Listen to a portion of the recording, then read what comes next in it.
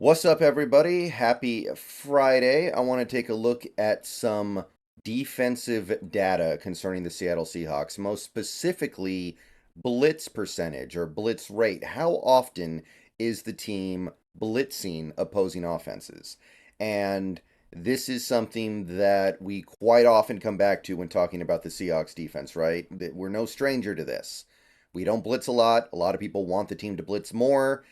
Let's take a look here. This tweet from Cody Alexander from Art of X using PFF data. He compiles it all into this nice spreadsheet in this image showing every team's blitz rate. You have run blitz, sim pass rush, stunt percentage, pass stunt percentage, run stunt percentage.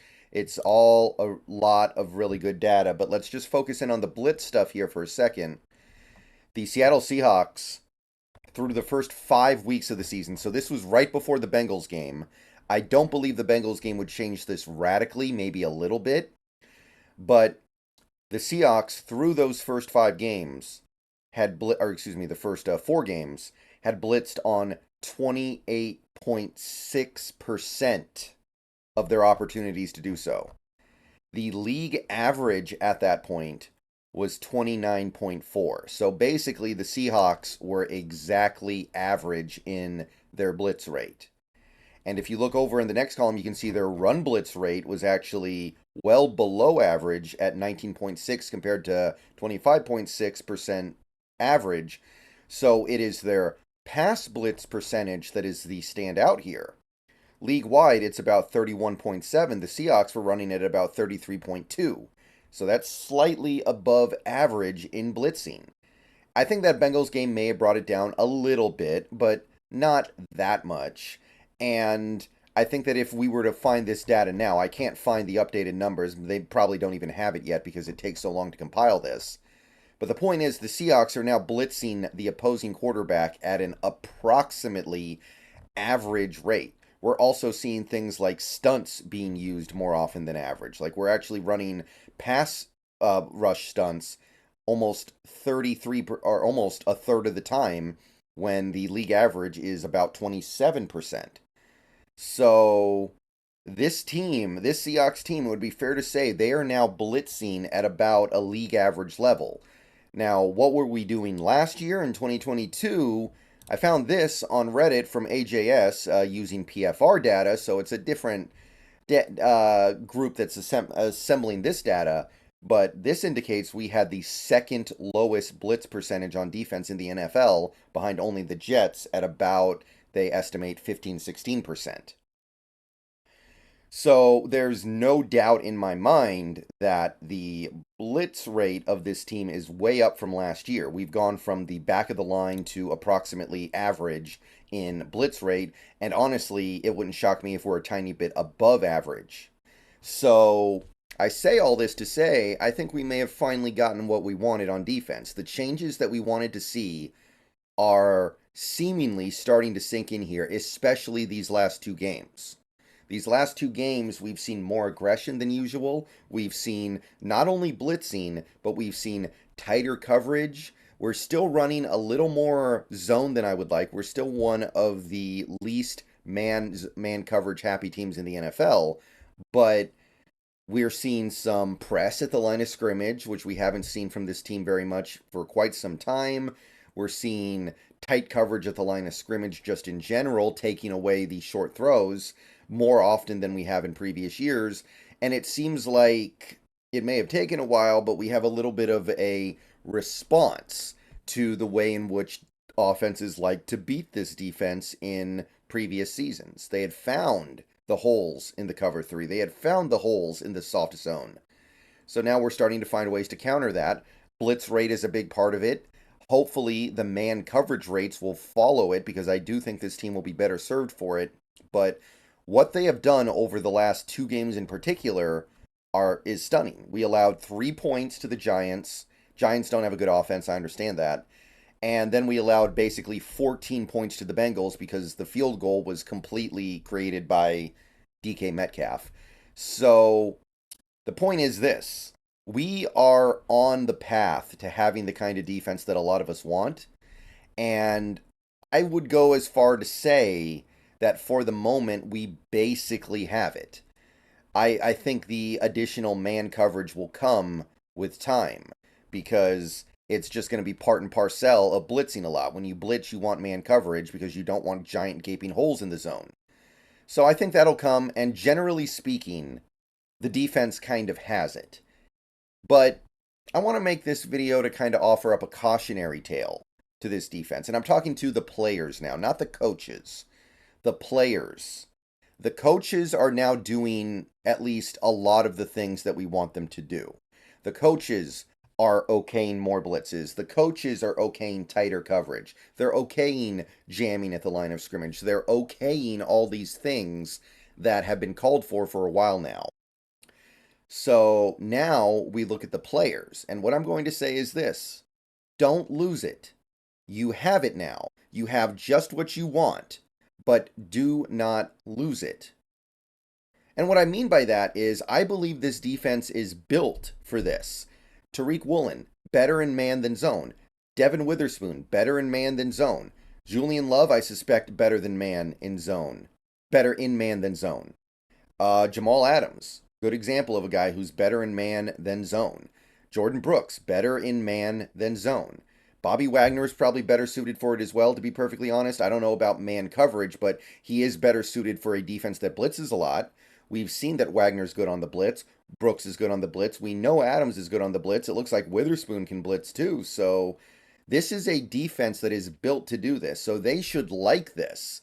They should like more blitzing. They should like more aggressive coverage because it's catered to their skill set and it's catered to what they probably as players want to do. So let's tell a little bit of a story now, because now it's on the players, right? If the coaches keep doing this stuff, it's going to be on the players. So I'm going to tell a little bit of a story. Back in 2018, the Seattle Seahawks had a quarterback who was in the MVP race and had one of the best seasons of his career, throwing for 35 touchdowns, 7 interceptions, and getting a somewhat limited team to the playoffs. But he was right near the back of the league in terms of attempts. He almost never got to throw the ball. He was the definition of a low volume passer who just happened to have big numbers because the low volume that he got, he used very well. He didn't throw the ball as much as most other elite quarterbacks, but his effectiveness on that low percentage of throws was stunning. And obviously, he felt like if I'm this good at throwing the ball, I should throw it more. So the next year, the Seattle Seahawks decided to scale it back a little bit. They didn't run the ball as much. They started to throw the ball more, but still not up there with the other elite quarterbacks in this game. They were kind of near the middle, maybe even not quite at the middle. Russell Wilson was still a low-volume passer who did a great job taking advantage of the opportunities that he did get, but it was, for the most part, a run-first team. And going into 2020, it was understood that Russell Wilson wanted to see what would happen if he was allowed to throw the ball more. What if we had a high-volume passing attack like these other really good offenses had, like these other elite quarterbacks had? So he gets his wish. And the 2020 season starts out with a bang as Russell Wilson seems to reward the team for giving him what he wanted in this area, right?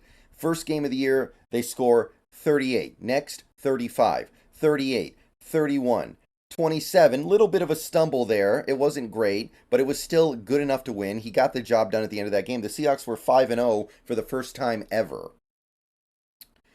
In these games, Wilson was throwing 4 touchdown passes, 5 touchdown passes. He looked like he was going to throw 70 touchdown passes this year. He was lighting the world on fire, just playing almost perfect football.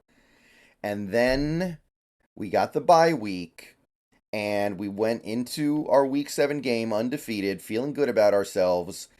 Russ was cooking. Russ wanted to cook. We let him cook.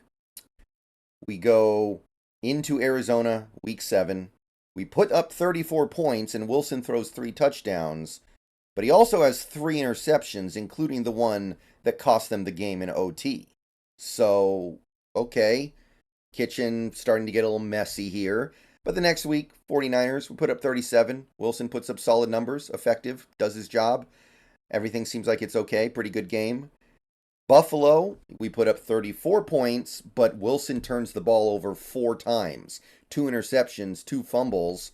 Things are starting to, we're starting to have a little bit of a problem here. Things are not going so well all of a sudden.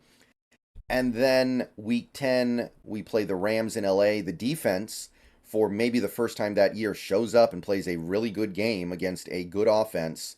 And the offense, not only does Wilson have multiple turnovers, multiple bad turnovers, but the offense only scores 16 points. And 3 of those points were on a 61-yard field goal. Can barely even give the offense credit for that. So the offense now, not only is it turning the ball over, but it's not even scoring. So that week, Russell Wilson and Pete Carroll have a meeting, and Pete effectively, I mean, we don't know exactly what was said, but we know that Pete basically said, okay, we tried it your way, you messed up, you've turned it over 9 or 10 times total over the last month worth of football. I'm pulling the plug. We're done. We're not going to be doing this anymore. You're not cooking anymore. We are going back to a low volume passing attack. We're going to run the ball more. You had your chance. You blew it. Now we're doing things my way. And reportedly, that meeting was heated. That meeting was not enjoyable for either party. Russell left in a fit. He slammed doors on his way out, were the reports. I remember reading about this at the time. Things were bad. But I mean, it didn't change anything. We went back to the low volume passing attack, and in most of the rest of the games that year, Wilson was throwing for about 200 yards and just kind of handing the ball off a lot. So we did start winning games again, although we did find a way to lose one game because there was one game that year where Wilson wasn't even good enough to be a game manager, and the Giants game, we all remember that one. But it steadied the offense a little bit, enough for us to start winning again. So, what's the lesson here? The player, or group of players, if you want to say that Metcalf and Lockett and guys like Greg Olsen wanted that too, wanted this kind of offense too, got what he wanted from the coaching staff. The coaches said, okay, we're going to do things differently now because I know this is what you want to do. We're going to try things your way. They get what they wanted. It works for a little while, but then it stops working to the point where the coach goes, okay, that was your chance. You blew it. We're doing things my way now. Basically, the breakdown, really, I think it's fair to say the breakdown of the Russell Wilson-Pete Carroll relationship in Seattle and why he's ultimately traded now, why things went badly here for him at the end, stems from that. Stems from that mid-season meeting where Pete said, okay, no more cooking, and Russ didn't like that, which I understand him not liking, but he did do it to himself by not playing particularly well in a string of games that we needed to win and had a chance to win if he had done his job. So the point I'm saying is that it's on the player to reward the coach for doing the things that he wants the coach to do. You reward him by producing. You reward him by winning games. You reward him by executing. So you better believe that if the Seahawks defense in the next couple weeks or even the next couple of months, suddenly they're playing aggressive in coverage and they're getting beat over the top for 50-yard plays over and over again and giving up long touchdowns, or they're blitzing and they're not getting home, and because they blitz, they give up a huge play because there's nobody there in coverage, and they're trying to jam at the line of scrimmage and they miss their jam and let a receiver get off the line for an easy big play, stuff like that. The stuff that goes wrong when you do these things. If that starts happening, Pete's going to want to go back to his stuff. He's going to want to go back to soft zone coverage, cover 3, no blitzing, just rush with 4 guys or maybe 5 at most and try to get to the quarterback that way. We're going to go back to that stuff, and I don't believe that stuff is going to be good enough for this team to win on the highest level against elite teams repeatedly, and not enough to get to a championship game or win a championship. But it's going to stabilize things. It's going to, in his mind, make things more manageable. So if the players start messing up to where it stops working, yeah, you're going to go back to it. So that's what I'm going to say right now. We have it.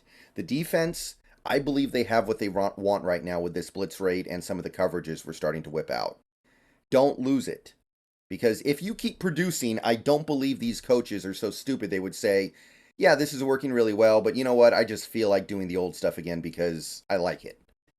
You're going to have to start screwing it up for us to go back to the old stuff. So don't screw it up. That's what I have to say. See you guys later. Go Hawks.